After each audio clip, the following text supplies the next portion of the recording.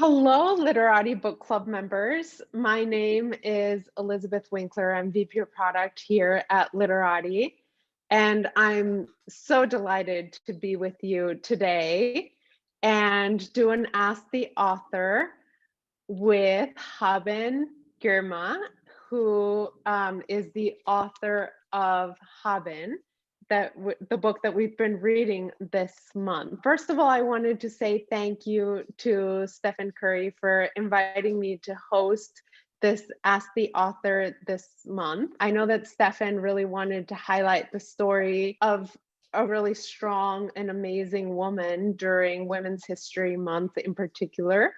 And he's so incredibly passionate about uplifting all women. And since Literati is a company run by women, we are especially excited to do so as well. So without further ado, Haben, thank you so much for joining us and welcome to your first Ask the Author with Literati.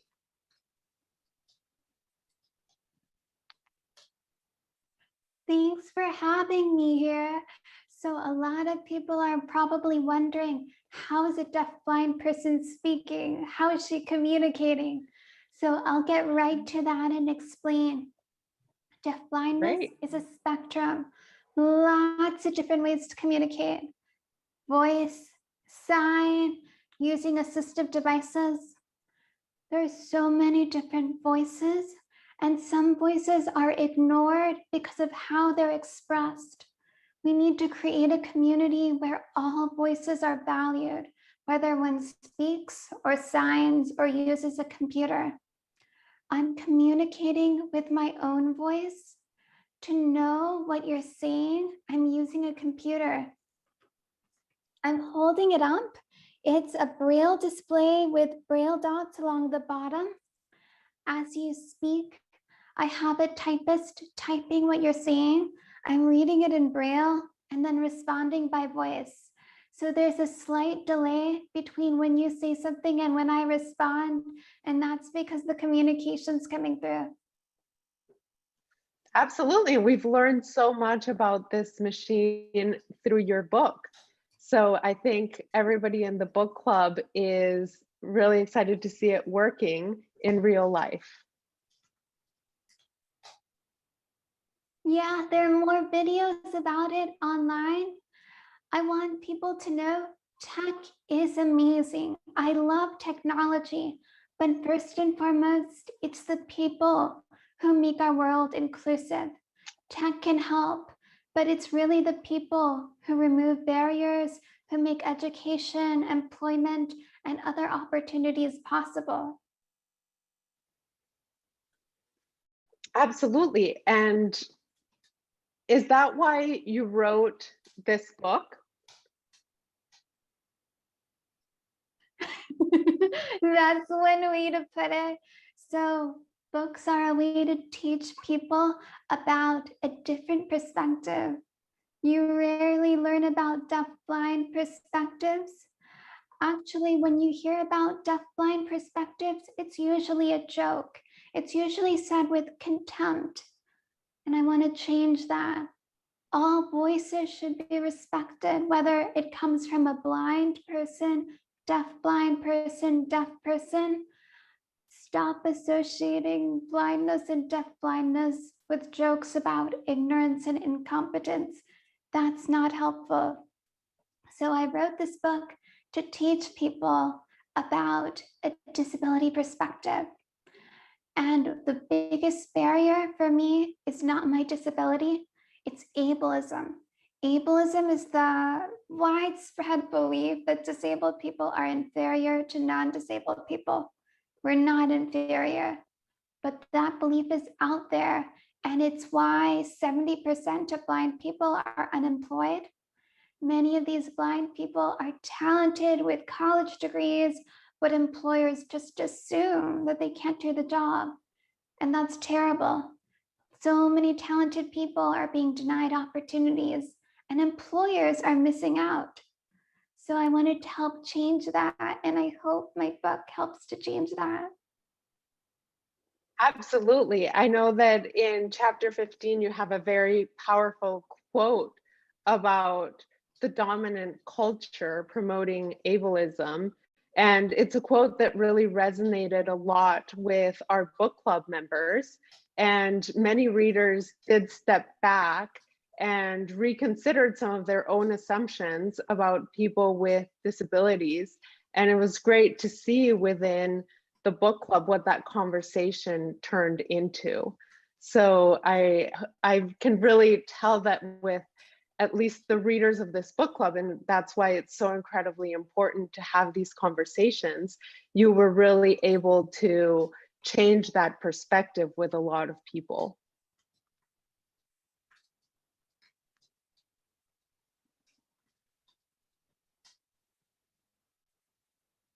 Do you mind reading that quote out loud so that if you were putting it on screen, blind people watching can also hear it? Yes, I will absolutely read it. And we will also have the transcript of our conversation available both on the video as well as online. So wanted to make that for sure. But the quote is, "The dominant culture promotes ableism, the idea that people with disabilities are inferior to the non-disabled. Assumptions like disability is tragedy, disabled people are unreachable, it's better to be dead than disabled."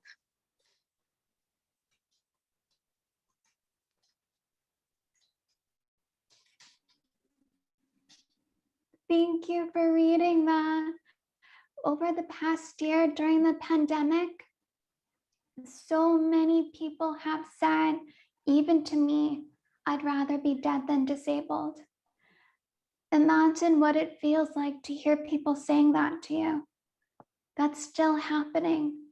And it's a manifestation of ableism, the idea that disabled lives don't matter. And it needs to end. We need to remove ableism from our healthcare system, from our schools, our workplaces, from all aspects of society. And you have clearly shown that you can do anything. I loved this story about your trip to Mali, where it seemed like it was a great growth opportunity for you. Can you talk a little bit about what it was like to strike out on your own for the first time? My parents did not want me going to Mali. They said, there's malaria. There's so many dangers. I wanted to help build a school to help increase education. And you know what?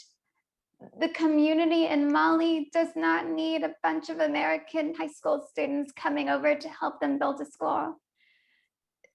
There are already talented school builders in Mali. The main purpose of that program was actually to help build self-confidence in American high school students, to help us realize that we can make a difference in the world. And I didn't know if I could build a school.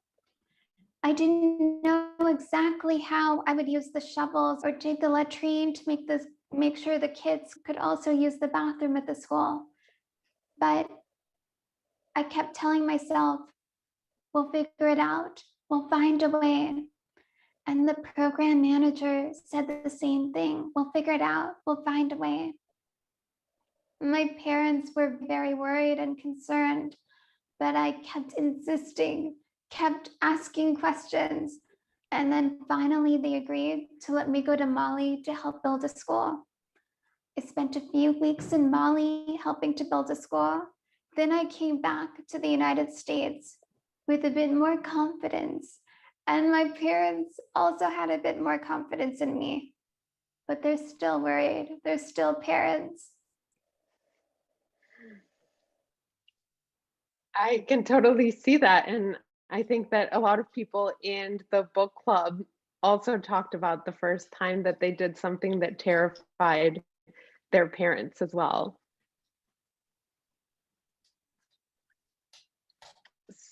So I want to move over to the time that you spent in Harvard. Our readers were really fascinated with this part of the book. Could you talk a little bit more about your decision to attend Harvard and what it was like once you got there?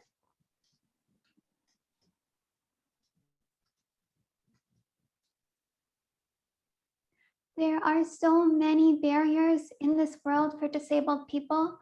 It's a sighted hearing world designed for people who can see and hear. So it feels like at every stage I'm encountering a barrier. I always feel like the very first deafblind person in the classes I take, in the programs I attend. That gets exhausting. And I know so many other disabled people out there are similarly resisting ableism and trying to make our world more accessible. So I wanted to help do something about this. And building up my legal skills, learning how to be a better advocate was one way to help make a difference and remove more barriers. That's why I decided to go to law school. And when you got there, it was a very challenging time. You had to work with the people of Harvard to find the right accommodations for you. And you had to iterate a couple of times. Were you happy with the amount of iteration that took place and with where you ended up? Or do you feel like maybe they should have already figured it out a little bit before you got there?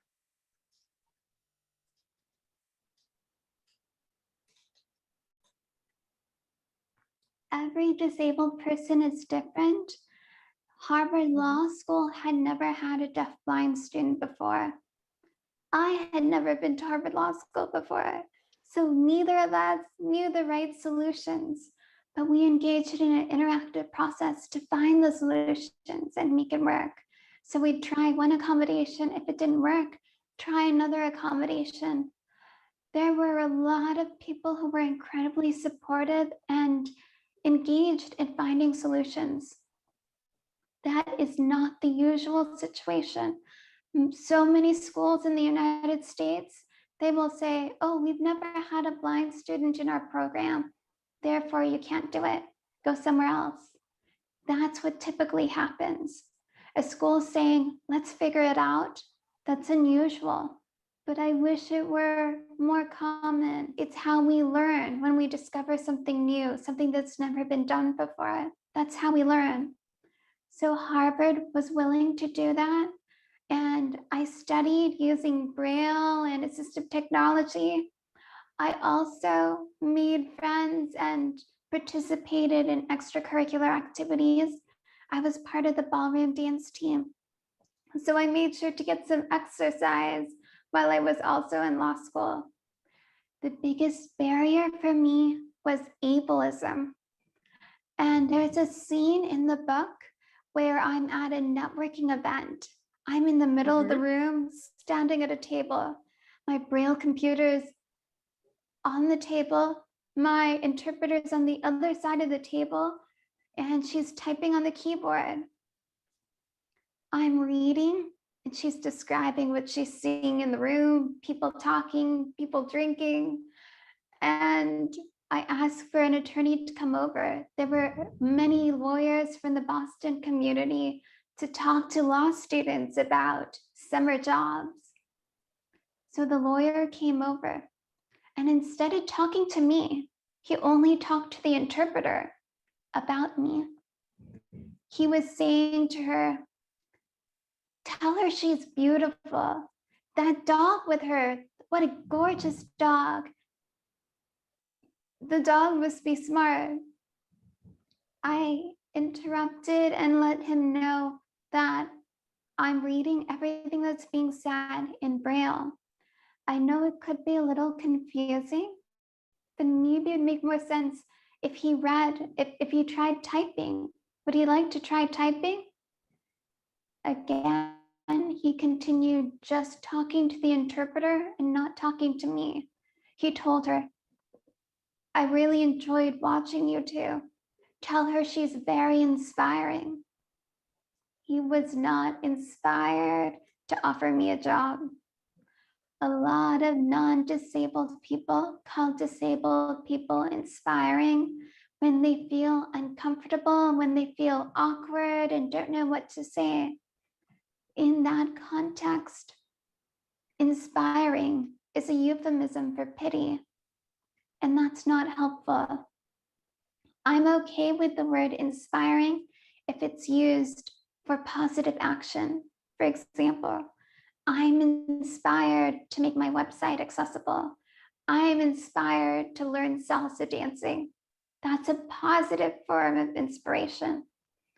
So if someone tells me I'm inspiring, I ask them, what are you inspired to do? Let's move toward positive action. All of us can do something to make our communities more inclusive. And that's a point that you really brought forth in the book. My grandmother was blind. Unfortunately, she's dead, but I grew up by her side, describing everything that was going on around her or around us at weddings and parties and so on. And reading your book really made me connect a lot more with what my grandmother was going through, and it really brought it home to me on how my descriptions were probably a great way for her to be able to engage with what she was seeing around her and what was happening around us. So I'm actually very thankful for that personally. And it was something that just really touched me very deeply within your book. And speaking of inspiration, I have a question directly from Stephen Curry. So he says, in chapter 2, you mentioned that Nancy Drew is one of your heroes, and he loves that. You're both so adventurous and bold. And in honor of Women's History Month, he would love to hear who some of your other female heroes are and why.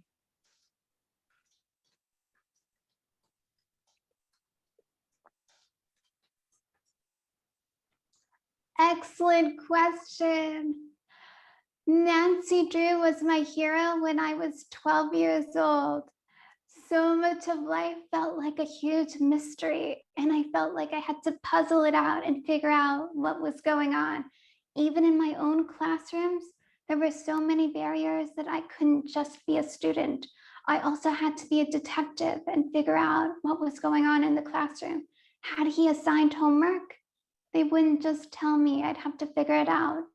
And that's not fair. Schools need to stop putting the burden on disabled students to be their own accommodation specialists. Schools have the responsibility to be fully accessible. So who's my hero today? One of my heroes is Timnit Gebru. She stood up against Google. Imagine the courage and strength required to stand up to such a large company. There are so many forms of injustice happening right now, and it's really hard for Black women in technology to advocate for racial justice, to resist ableism and other forms of oppression. And I admire everyone who stands up to injustice. And that's a really interesting case because she's obviously very much an advocate for artificial intelligence being just and not being biased, for really breaking down the barriers in artificial intelligence, which are very much based on the training data that you feed all of the different models. So what she has done is remarkable, and she has definitely paid a price for it.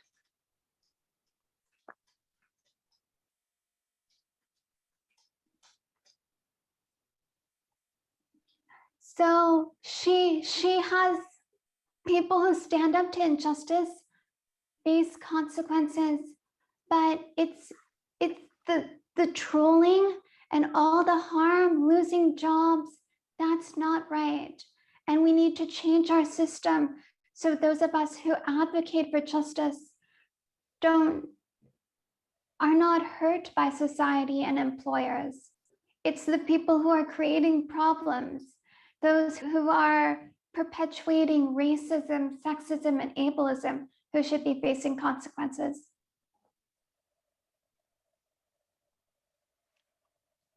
I couldn't agree more. So now that we are speaking about advocacy, we had a lot of questions for you from our club members around that.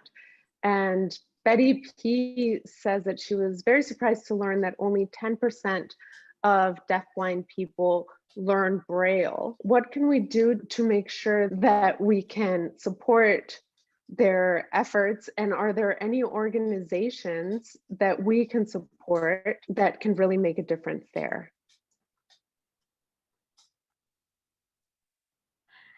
So a lot of teachers, including teachers of the blind, think, hey, there are talking books. There's no need to teach Braille because blind kids and blind adults could just listen to everything.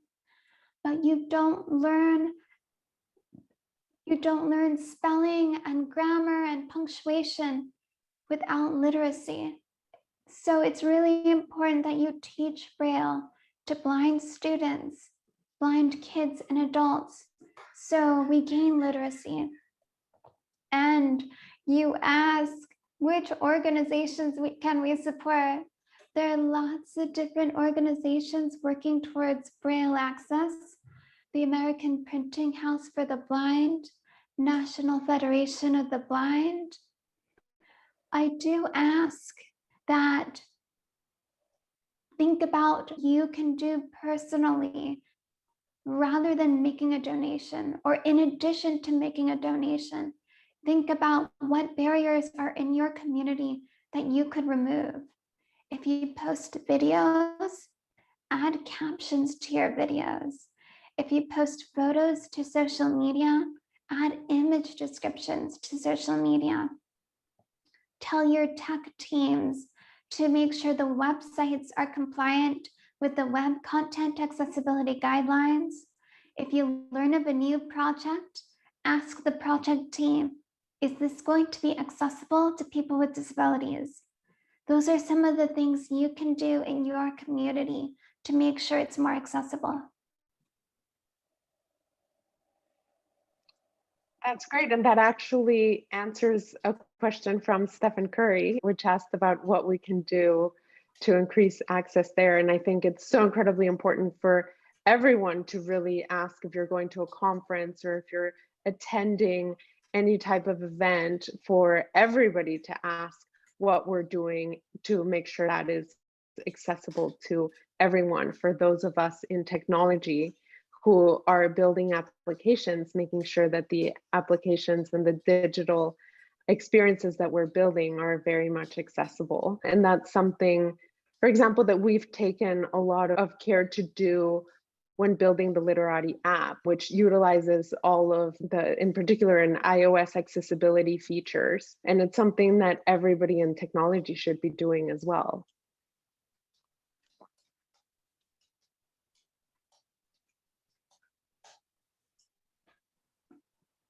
And as that's done, include disabled people. Nothing about us without us. There are still so many assumptions in tech. For example, there are lots of people working in tech who think blind people can't use computers, because a lot of people use computers with their eyes. So they think, oh, if you can't see, you can't use computers. Tech starts out as ones and zeros. Designers have the power to convert those ones and zeros into engaging applications that everyone can use through sight, sound, touch, such as digital Braille, and maybe even smell and taste. So blind people have been using computers for decades now. There's so much you can learn when you actually engage with disabled people.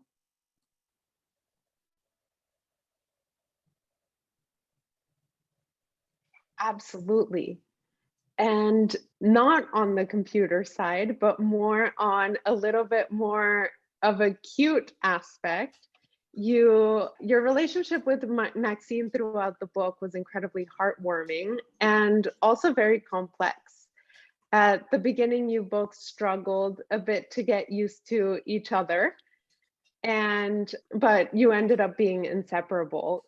You talk a lot about the freedom that having a guide dog brings to your life, but it also seems like you struggled a little bit with the fact that when people meet you, the first thing that they talk about is Maxine. Do you feel like your identity shifts based on whether you have a guide dog with you or not?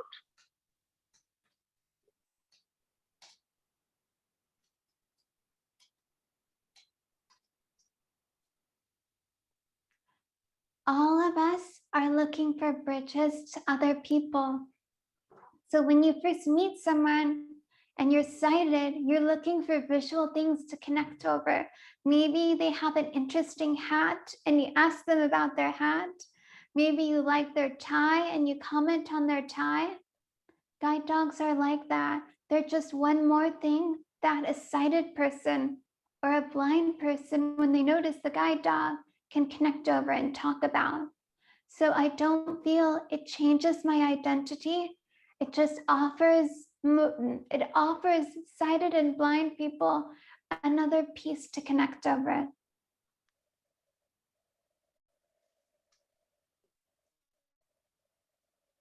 That's great. I loved reading the stories about Maxine, and I know that everybody in the book club did as well. We have a couple of other questions from our book club members.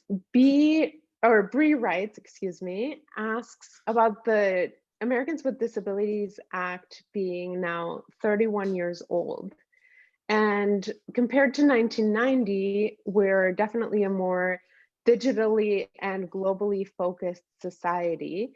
And we have done a great deal of headway in understanding many disabilities. What are some of the biggest updates that you think need to be made to the Americans with Disabilities Act to accommodate for the world that we live in today and for the technology that we have access to today?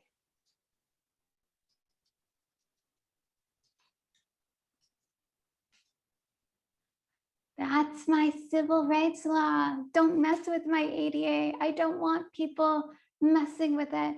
There have been several attempts in the past to chip away at the ADA and make it more narrow. So anytime someone talks about changing the ADA, I am immediately concerned they're actually going to take away our civil rights. There are assumptions that the ADA does not apply to technology and the internet. Those are myths. There have already been many cases of applying the ADA to digital services. I worked on one of them. It's in the book, National Federation of the Blind versus Script. That case applied the ADA to a library so blind readers could read books on the script library. So the ADA is broad and adapts and evolves with technology.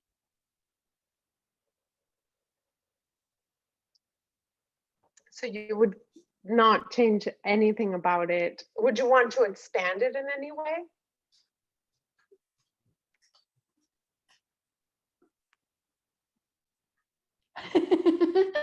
So what I'm trying to say is the ADA is already broad. It's written broadly. Many of our laws are designed to withstand changes in society. So the law is written quite broadly so that when new technology pops up, robots, apps, new versions of AI, the ADA will still be there. It's a broad mandate that public accommodations not discriminate against disabled people.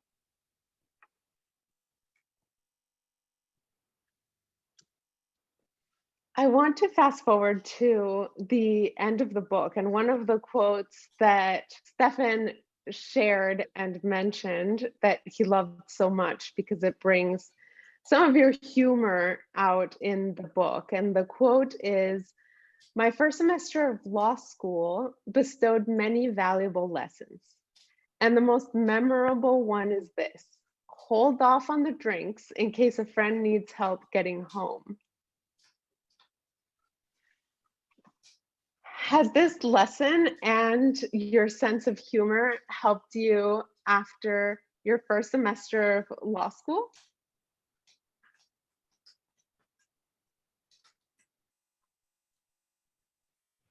I love that story because it shows disabled people are often helping non-disabled people.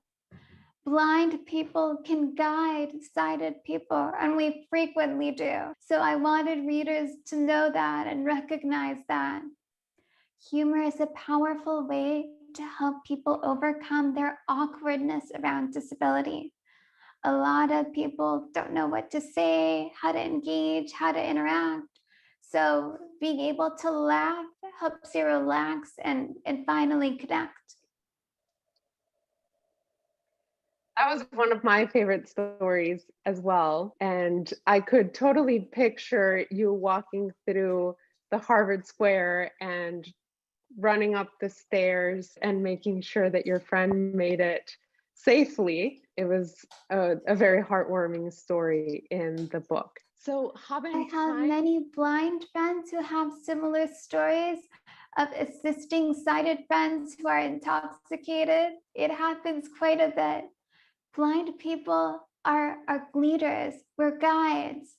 There's a joke that if the blind leads the blind, they all fall into the ditch. I want to get a point. I want our society to reach a point where that joke is no longer funny to anyone.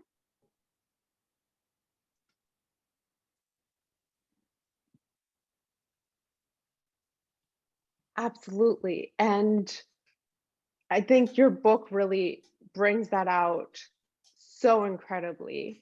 And that's one of the reasons I think why Stefan wanted to pick this book and make sure that he uses his platform to get as many people as possible to read it. I really enjoyed the book, and I know that everybody in the book club did as well, and that we've learned a lot through your stories and through you being so incredibly fearless, running up the glacier and even taking care of Maxine as she ran behind you. And it's very clear that you are fearless, and so are so many other people in the same position as you, and that we need to celebrate that and not act in a condescending way or not celebrate ableism. Yes, it's my hope more people know this word, ableism, and learn to identify it. It comes up in Alaska, it comes up in the halls of Harvard. So we have to be aware. It's all around us. Notice it, catch it, call it out. Do you have any words for our book club members as we close this up? You've been so generous with your time, and I want to make sure that you have a platform to address our book club members directly.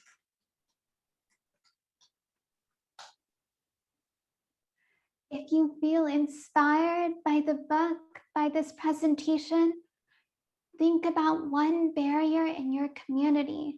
It could be at your school, your church, your home. Think about one barrier and commit to helping to do the work to remove that barrier. Everyone can create change. There's an assumption that, oh, you have to be a certain kind of person or have to go to a certain school to be a change maker, but anyone can create change. And you can start by picking a barrier to address. so that all of us could make our community more inclusive. Thank you, Haben. And I think one of the key takeaways here is for us to recognize ableism, and all of us learn that word and making sure that we do everything that we can to not glorify it and to fight for really making sure that everything around us is to advocate for other people, even if it's not advocating for it for ourselves, and really tearing down ableism.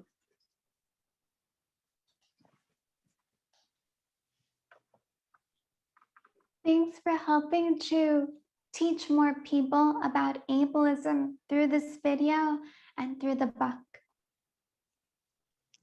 Haben, thank you so much for being so generous with your time, for writing this really interesting, amazing book and eye-opening book, and sharing it with all of the Literati subscribers of Stephen Curry's book club. To those of you who are in the book club, please feel free to post any follow-up thoughts in the app.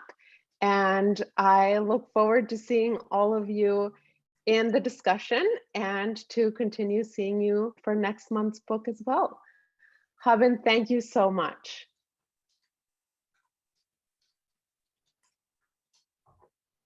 You're very welcome. Bye. And bye.